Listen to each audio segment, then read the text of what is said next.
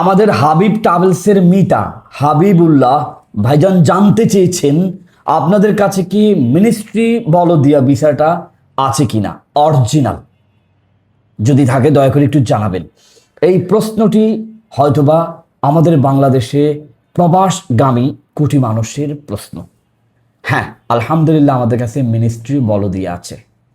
Ministry বলদের মধ্যে বেশ কিছু কোম্পানি সৌদি আরবের মধ্যে সুনাম কুড়িয়েছেন। এর মধ্যে একটা আছে আল মাজাল আল আরাবিয়া, এছাড়াও আরো অনেকগুলো কোম্পানি আছে।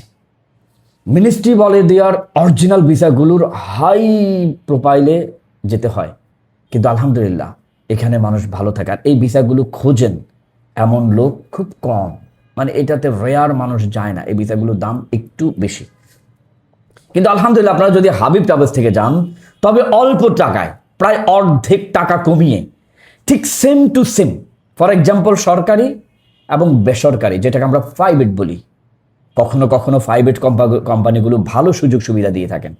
আপনাদের মধ্য থেকে যারা কাজ জানেন না, মিনিস্ট্রি বলদিয়াতে যেতে চান এবং আপনারা চান কোনো মাদ্রাসা, মসজিদ, হাসপাতালের ক্লিনার হিসাবে, ক্লিনার পরিষ্কার পরিচ্ছন্নতার কাজে বা গুজ গাছালির কাজে যেতে চান, তবে আলহামদুলিল্লাহ যারা কাজ জানেন না, এইভাবে যদি সারা বাংলাদেশ থেকে ছড়িয়ে ছিটিয়ে কেউ মিনিস্ট্রি বলদিয়াতে যেতে চান, তবে সর্বনিম্ন বেতন হবে 800 রিয়াল অনলি, আর সর্বোচ্চ বেতন আপনি ইনকাম করতে পারবেন আলহামদুলিল্লাহ 4000 রিয়াল একই কাজে।